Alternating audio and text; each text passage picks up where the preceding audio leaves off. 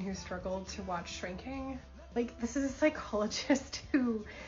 I actually think it's so funny that so many people have this reaction to Shrinking. Like, how can I watch this show about people who are doing such immoral things when, like, Seinfeld, Always Sunny in Philadelphia, I'm watching The Wire, people are murdering each other, and we're supposed to root for them. But these are therapists. They should be better. Yeah, but all of these shows are about people who should be better. And they're about people who, ideally, they're about people who are learning to be better. Most of the shows, they're not learning to be better, right? But this show, they are. I like that about this show. It's people doing bad things, and bad things happen to them, and they learn their lesson, and slowly they're getting better. That's what it looks like to me, right?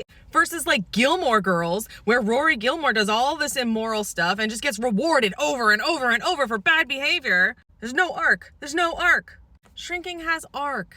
I appreciate arc. And I think it's obvious that what they're doing is wrong and that the show is telling you don't do this. I mean, it starts out with the guy having drugs and sex workers in his home with his teenage daughter.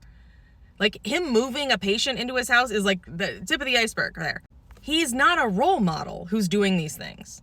This is a guy who's a mess, and it's showing him as a mess, and he's slowly becoming less of a mess, I hope. Granted, the guy dating his doctor, but then she stops being he gets a new doctor. I mean, I don't condone it, but he's Harrison Ford. He can do whatever he wants. But it's exploring boundaries. It's exploring this idea of how much humanity, how much of yourself can you bring into a caretaking profession. That's a good conversation. The show is a conversation. It's not hitting you over the head with a moral judgment. It's like, what if this? Why this? Why boundaries? Why is this important? I like that. Anybody agree?